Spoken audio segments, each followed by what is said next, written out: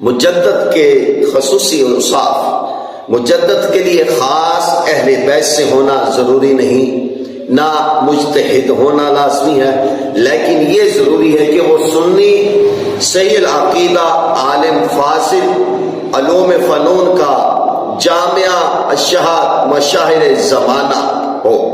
بے خوف ہو، بے لوث ہو، حامی سنت ہو، معی بدت، حق کہنے میں نہ اسے خوف ہو، نہ ڈر ہو، نہ دین کی ترویج و اشاعت میں دنیاوی نفع کی طمع رکھنے والا ہو، متقی پرہیزگار ہو، شریعت و طریقت کے زیور سے آراستہ ہو، زبان سے وہی بولے جو شریعت کا حکم ہو، حق کہنے میں زبان اس کی سیف قاطع اور قلم تغیر برا ہو، بے لوث شریعت کے دائرے میں ہو، جو لکھنے شریعت کی حد